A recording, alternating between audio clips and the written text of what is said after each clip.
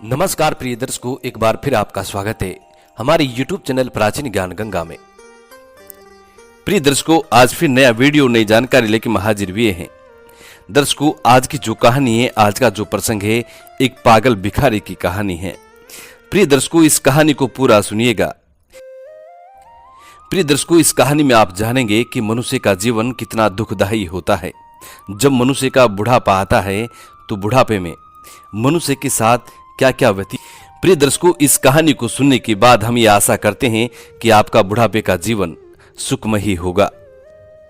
प्रिय दर्शकों, इस कहानी के अंत में ऐसी 3 महत्वपूर्ण बातें हम आपको बताएंगे। यदि आप अपने जीवन में उन 3 बातों पर अमल करते हैं, अपने जीवन में उन 3 बातों को हमेशा निरंतर याद रखते हैं और उन पर अमल करते रहते हैं, तो प्रिय दर्शकों, आप अपने बुढ़ापे में कभी भी दुख नहीं पाएंगे और आपकी औलाद हमेशा आपकी सेवा करती रहेगी। प्रिय दर्शकों, ऐसा आपने कई बार देखा होगा कि कई लोग ऐसे होते हैं जिनकी संतान अपने माता पिता को छोड़कर चली जाती हैं और बुढ़ापे में उनके बुजुर्ग माता पिता दुख पाते रहते हैं और तिल तिल के मर जाते हैं। प्रिय दर्शकों, आज की वीडियो बड़ी मोटिवेशनल है, बड़ी ज्ञानवर्धक है। इस वीडियो को पूरा सुनिएगा ताकि आपको संपूर्ण जानकारी हासिल हो। वीडियो शुरू करने से पहले जो लोग हमसे नए जुड़े हैं वो हमारे चैनल को सब्सक्राइब करें, बेल आइकन ऑन करें, अच्छे कमेंट किया करें ताकि हर आने वाले वीडियो का नोटिफिकेशन सबसे पहले आपको मिले और प्रिय दर्शकों, आप उसका फायदा उठा सकें। शुरू करते हैं प्रिय दर्शकों आज की प्यारी सी कहानी, ये प्यारा सा वीडियो। दर्शकों, जब बुढ़ापे में अकेला ही रहना है तो औलाद को क्यों पैदा करना। हर मनुष्य की ये चाहत होती है कि उसको एक औलाद हो, लेकिन जब बुढ़ापे में अकेला रहना है तो औलाद को क्यों पैदा करना, क्यों उन्हें काबिल बनाए जो हमें बुढ़ापे में दर दर की ठोकरें खाने के लिए छोड़ दें। प्रिय दर्शकों, क्यों दुनिया मरती है औलाद के लिए, जरा इस विषय में सोचिए। ऐसा कौन सा कारण है जिसके कारण हर मनुष्य औलाद के लिए मरता रहता है और अपने जीवन में जिन लोगों को संतान प्राप्ति नहीं होती, जो लोग नापुत्री होते हैं, प्रिय दर्शकों, वो लोग दर दर की ठोकरें खाते फिरते हैं। ऐसा कोई डॉक्टर नहीं छोड़ते, ऐसा कोई देवी देवता नहीं छोड़ते, उनकी करनी में ऐसी कोई कसर नहीं छोड़ते। श्याम दाम दंड भेद सब कुछ वो अपनाते हैं ताकि उनको संतान की प्राप्ति हो। लेकिन प्रिय दर्शकों, जिन लोगों की संतान होती हैं वो लोग भी बड़े दुखी रहते हैं, क्योंकि उनकी संतान उनको बुढ़ापे में इतना दुख देती है कि वो लोग तिल तिल के मर जाते हैं। प्रिय दर्शकों, आज की जो कहानी है एक भिखारी और एक डॉक्टर की कहानी है। प्रिय दर्शकों, एक शहर में एक दिलीप नाम का डॉक्टर रहता था। वो डॉक्टर भिखारियों का मुफ्त में इलाज किया करता था और मुफ्त में ही उनकी जांच किया करता था। प्रिय दर्शकों, फ्री की जांच और फ्री की दवा लेने के लिए भिखारियों की दिलीप के दरवाजे पर भीड़ लगी रहती थी, कतार लगी रहती थी। डॉक्टर दिलीप रोज हजारों भिखारियों को दवा दिया करता था और दिल से उन लोगों का इलाज किया करता था। प्रिय दर्शकों, अब उन भिखारियों में एक दिन एक ऐसा बुजुर्ग आता है। वो बुजुर्ग सभी भिखारियों से अलग बैठा हुआ था और दिलीप के हॉस्पिटल के सामने एक पत्थर पे आके बैठ गए। जब डॉक्टर दिलीप की नजर उस भिखारी पर पड़ती है तो वो सोचने लगता है कि हो सकता है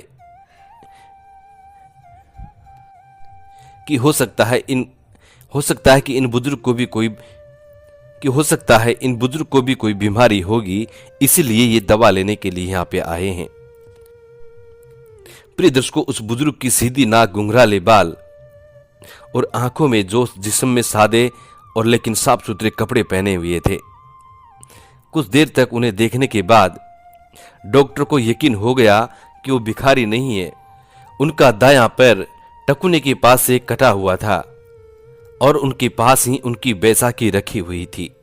फिर मैंने देखा कि आते जाते लोग इन्हें भी कुछ दे करके जा रहे हैं, क्योंकि वहां पे जितने भी भिखारी लोग बैठे रहते थे, दवा लेने के लिए आते थे, तो सेठ लोग, दान पुण्य करने वाले लोग उनको कुछ न कुछ दिया करते थे।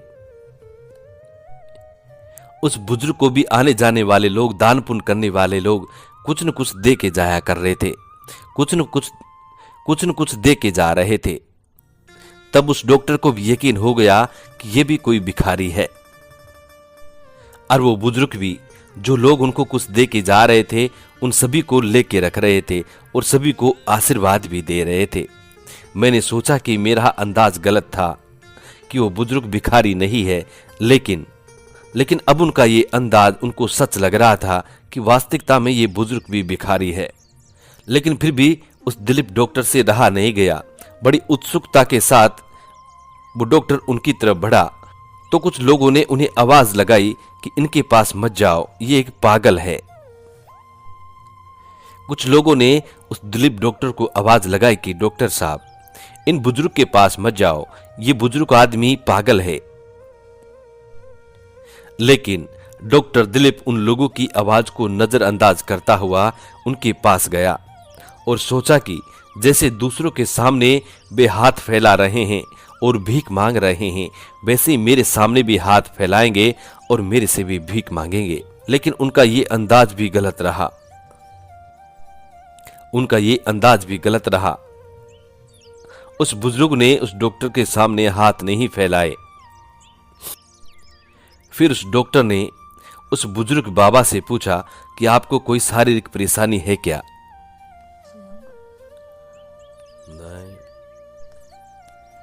डॉक्टर दिलीप के पूछने के बाद वो बुजुर्ग अपनी बैसाखी के सहारे धीरे धीरे उड़ते हुए बोले कि डॉक्टर साहब, आफ्टरनून।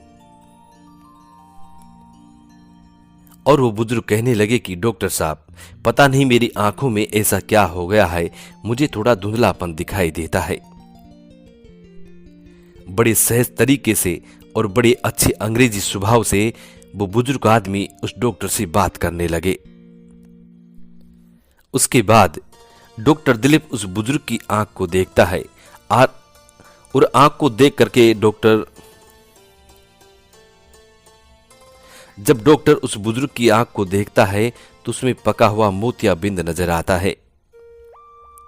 डॉक्टर दिलीप उस बुजुर्ग से कहते हैं कि बाबा, आपकी आंखों का ऑपरेशन करना होगा क्योंकि आपको मोतियाबिंद है। बुजुर्ग फिर कहने लगे कि कोई बात नहीं डॉक्टर साहब, अब मैं बहुत बुजुर्ग हो चुका हूं, बस कुछ दिनों की जिंदगी है, धीरे धीरे ये भी निकल जाएगी। उसके बाद वो दिलीप डॉक्टर उस बुजुर्ग से पूछने लग जाते हैं कि बाबा, आप यहाँ क्या कर रहे हैं? तब बुजुर्ग कहते हैं कि मैं यहाँ रोज 2 घंटे के लिए आता हूं और 2 घंटे भीख मांगता हूं। उसके बाद दिलीप डॉक्टर उस बुजुर्ग भिखारी से पूछने लगते हैं, बुजुर्ग बाबा से पूछने लगते हैं कि ठीक है बाबा, लेकिन क्यों? मुझे लगता है कि आप बहुत पढ़े लिखे हैं, फिर भी आप भीख क्यों मांगते हैं? बुजुर्ग हंसते हंसते बोले कि पढ़े लिखे? मैंने कहा आप मेरा मजाक उड़ा रहे हैं बाबा। दिलीप डॉक्टर कहते हैं कि बाबा, आप मुझे समझ में नहीं आ रहे हैं, आप भिखारियों जैसे नहीं लगते हैं, आपके कपड़े भी बड़े साफ सुथरे हैं और आपका बोलचाल भी बहुत अच्छा है और आपकी भाषा से, आपके व्यवहार से ऐसा लगता है कि आप बहुत पढ़े लिखे हैं। तब बुजुर्ग कहते हैं कि बेटा, समझ के क्या करोगे?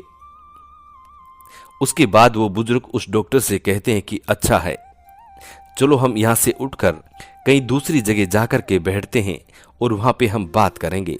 यदि हम यहाँ पे बात करेंगे तो मेरे साथ डॉक्टर साहब, आपको भी ये लोग पागल घोषित कर देंगे और आपको भी पागल कहेंगे। इसीलिए यहाँ से दूर चलते हैं और दूर बैठ करके हम बात करते हैं। उसके बाद दोनों चले जाते हैं। वहां से कुछ ही दूरी पर एक वीरान टपरी थी। उस टपरी में जाकर के दोनों बैठ गए और वहां पे दोनों वार्तालाप करने लग जाते हैं। बुजुर्ग बड़े प्यार से और बड़े सहज तरीके से डॉक्टर साहब से बात करता है। बुजुर्ग कहता है कि मैं एक कंपनी में सीनियर मशीन ऑपरेटर था और एक नए ऑपरेटर को सिखाते हुए मेरा पैर मशीन में फंस गया था और ये बैसाखी मेरे हाथ में आ गई, इसी कारण मेरा पांव कट गया था। एक नए ऑपरेटर को सिखाते हुए मेरा मशीन में पैर फंस गया था और मेरा पैर कट गया था, इसी वजह से ये बैसाखी मेरे हाथ में आई है। उसके बाद कंपनी ने इलाज का सारा खर्च किया और बाद में कुछ रकम भी मुझे सौंप दी और मुझे घर पर बैठा दिया। क्योंकि लंगड़े घोड़े को और लंगड़े बैल को कौन काम पे रखता है। फिर मैंने उन पैसों से अपना एक छोटा सा वर्कशॉप डाला, अच्छा घर लिया। और बुजुर्ग कहते हैं कि मेरा बेटा भी मैकेनिकल इंजीनियर है। और धीरे धीरे अपने वर्कशॉप को मैंने आगे बढ़ाकर एक छोटी सी कंपनी भी डाल दी। उस बुजुर्ग भिखारी की इतनी बात सुनकर डॉक्टर का सर चकराने लगा। उस बुजुर्ग की इतनी बात सुनकर डॉक्टर उस बुजुर्ग से कहता है कि बाबा, तो फिर आप यहां पे क्या कर रहे हैं, यहां कैसे? वो बुजुर्ग डॉक्टर से कहता है कि बेटा, मैं किस्मत का शिकार हूं, किस्मत का मारा हूं, इसलिए आज इस स्थिति में हूं। बुजुर्ग कहते हैं कि मेरे बेटे ने अपना बिजनेस बढ़ाने के लिए मेरी कंपनी और घर दोनों बेच दिए।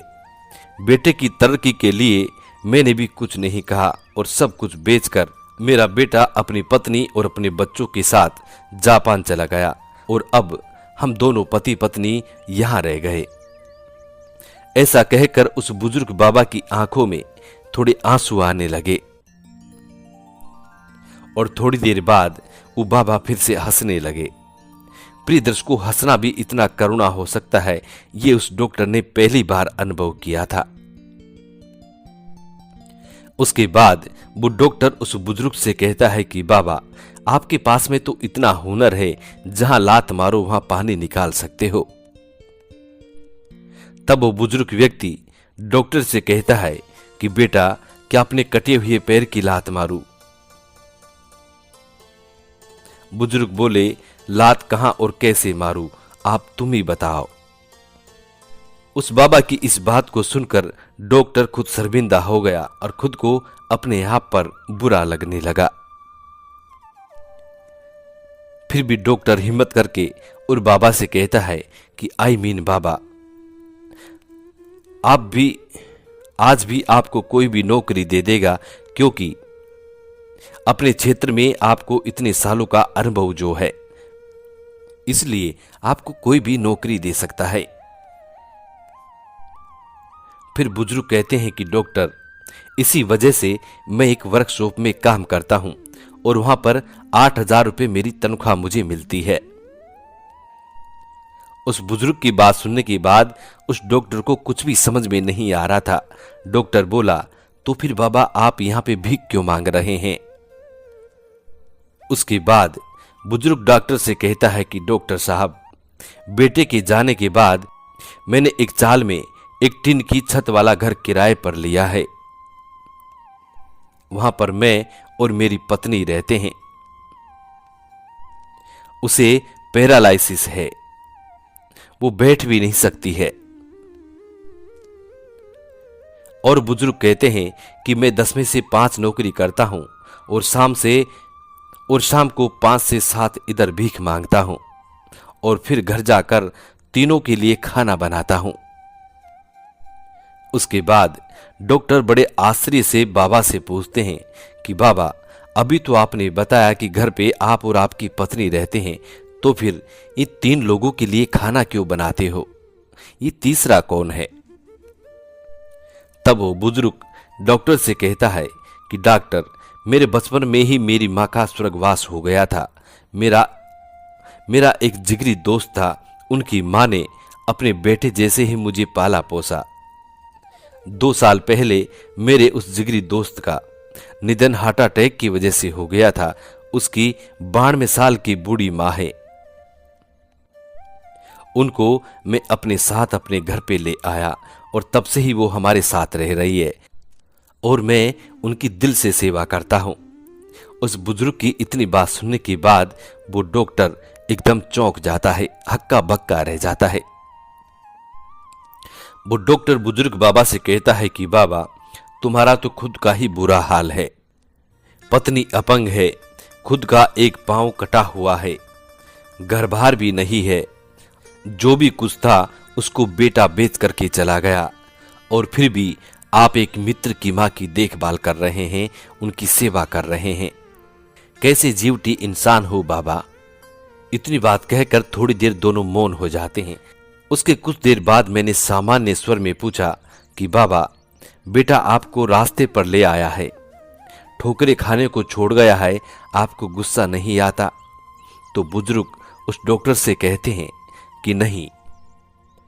बुजुर्ग कहते हैं कि वो सब तो उसी के लिए कमाया था जो उसी का था, उसने ही लिया है, इसमें उसकी गलती कहाँ है? क्योंकि एक पिता जो कमाता है अपने पुत्रों के लिए कमाता है, और मैंने भी उसी के लिए कमाया था, उसको उसने ले लिया, तो इसमें गलत क्या है? उसके बाद वो डॉक्टर उस बुजुर्ग से कहता है कि बाबा, ये लेने का तरीका भला कौन सा है? सब कुछ ले लिया, लेकिन ये तो लूट हुई।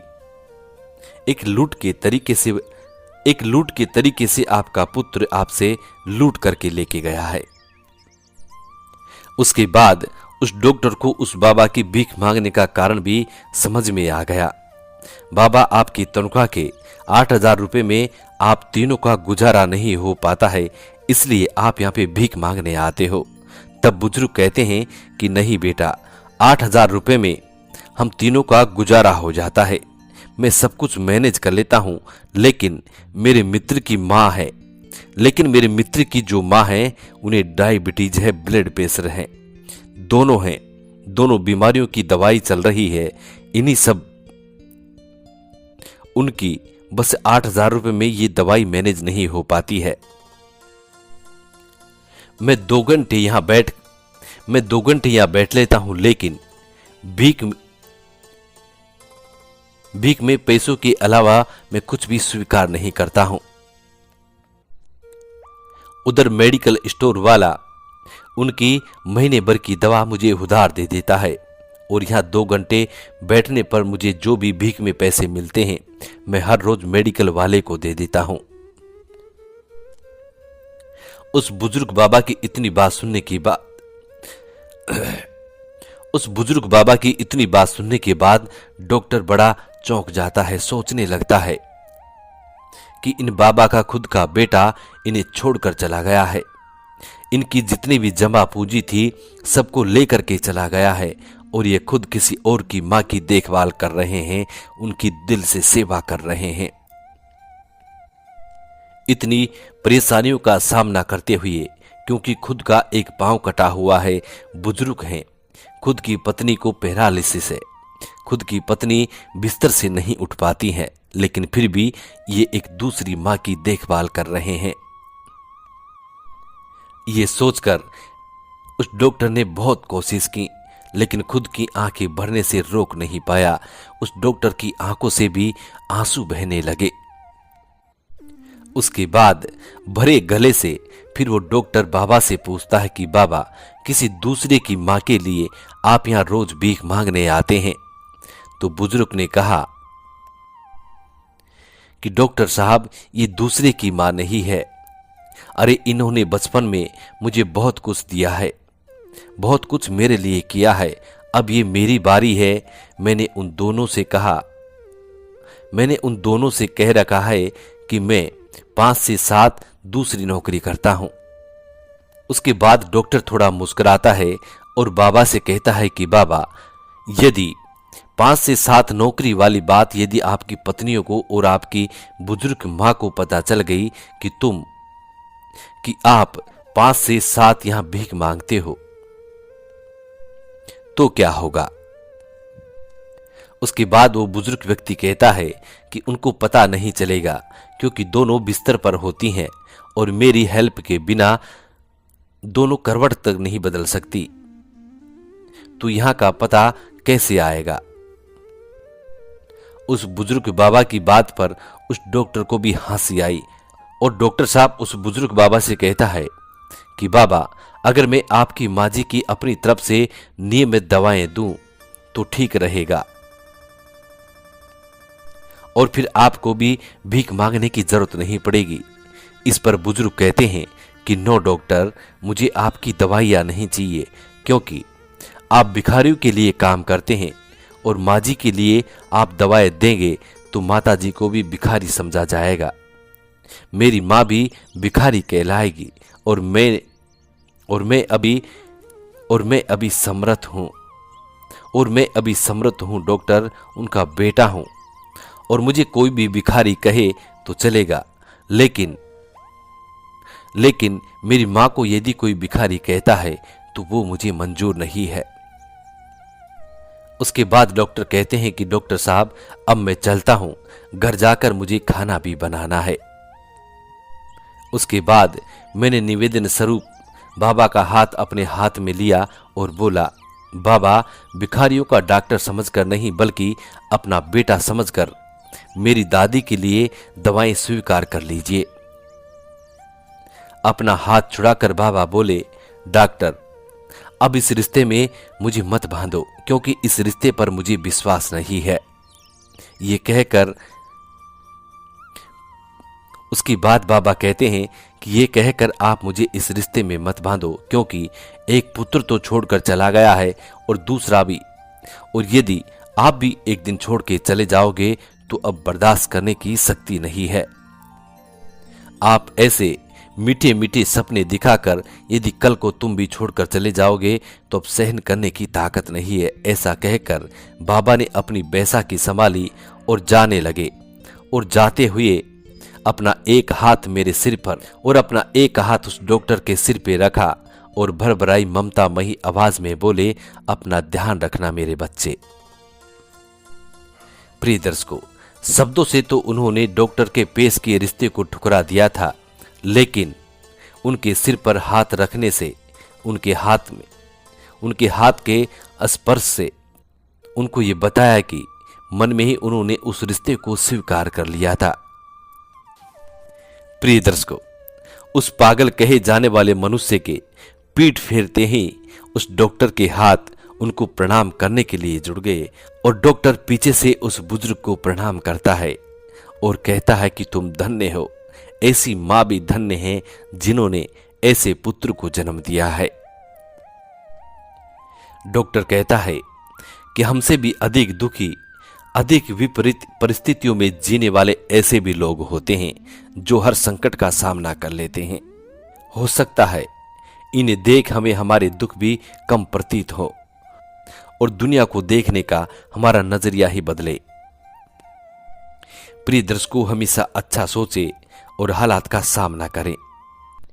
प्रिय दर्शकों, इस कहानी से यदि आपकी भी आंखें नम हुई हैं तो हमारा उत्साहवर्धन करें, उत्साहवर्धन जरूर करें एवं इस कहानी को अधिक से अधिक शेयर करें। हम उम्मीद करते हैं कि आज की ये छोटी सी कहानी आप लोगों को बेहद पसंद आई होगी और इस कहानी से आप ढेर सारी प्रेरणाएं लेंगे। मिलते हैं प्रिय दर्शकों आने वाले नेक्स्ट वीडियो में, तब तक अपना ख्याल रखें। जी नमस्कार, धन्यवाद।